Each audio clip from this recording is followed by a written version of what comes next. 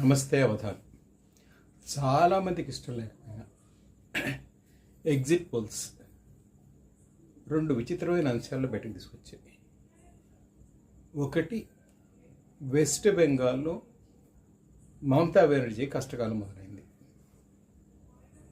BJP win అవుతుంది అని ఒక 4 ఎగ్జిట్ పోల్స్ చెప్పాయి. మమతా బెనర్జీ విన్ అవుతుంది అని మరికొన్ని ఎగ్జిట్ పోల్స్ చెప్పాయి. కేరళకు వచ్చేసరికి ఎల్డిఎఫ్ ఓడిపోబోతుంది, యూడిఎఫ్ గెలుస్తుంది అనేది ఒకటి. అస్సాంలో Himanta Biswa Sarma is going to form the government again. ఇవి చాలామందికి అయిష్టమైన విషయాలు. అంటే దీంట్లో పార్టీ పరంగా అవ్వచ్చు, లేదా రిలీజియన్ పరంగా అవ్వచ్చు, ఇంకేమన్నా కావచ్చు. కానీ వెస్ట్ బెంగాల్ అండ్ అస్సాం ఈ 2 రాష్ట్రాల్లో బీజేపీ గెలిస్తే, ఎగ్జిట్ పోల్స్ ప్రకారం మాట్లాడుతున్నాను, గెలిస్తే it will be for the national interest surely. ఎందుకంటే వెస్ట్ బెంగాల్లో చొరబాట్లని లేదా ఇన్ఫిల్ట్రేషన్ అరికట్టడానికి, అలాగే అస్సాంలో సరిహద్దు ప్రాంతాలను పరిరక్షించడానికి బీజేపీ ప్రభుత్వం చేసినంత ఖచ్చితమైన ప్రయత్నం మిగిలిన చేయలేరు. ఎందుకంటే వాళ్ళకి మైనారిటీ ఓట్లు ఎక్కువ కావాలి.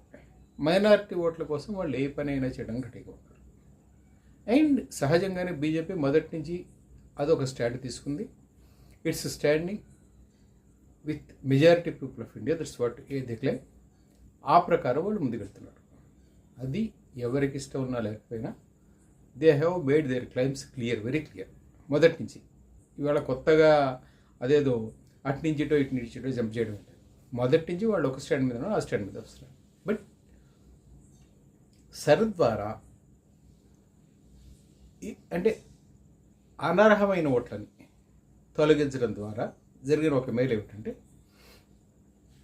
ఓట్లు అక్కడెక్కడో ఉన్నవాళ్ళు, లేదా ఓట్లు లేని వాళ్ళు, లేదా చనిపోయిన వాళ్ళు, లేదా విదేశీయులు ఓటు వేసే అవకాశం పూర్తిగా పోయింది. సరిచేసిన ఒక మంచి ప్రక్రియ ఏమిటండి, ఓకే సరి మీద చాలా డిస్ప్యూట్స్ ఉన్నాయి, కొన్ని చోట్ల జెన్యూన్ ఓటర్స్ని కూడా తొలగించారు అనే అభిప్రాయం ఉంది. ఇవన్నీ correct, that is not out.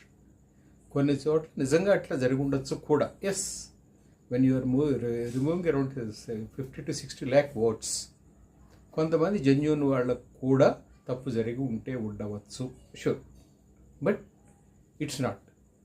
The thing is, it has been progressing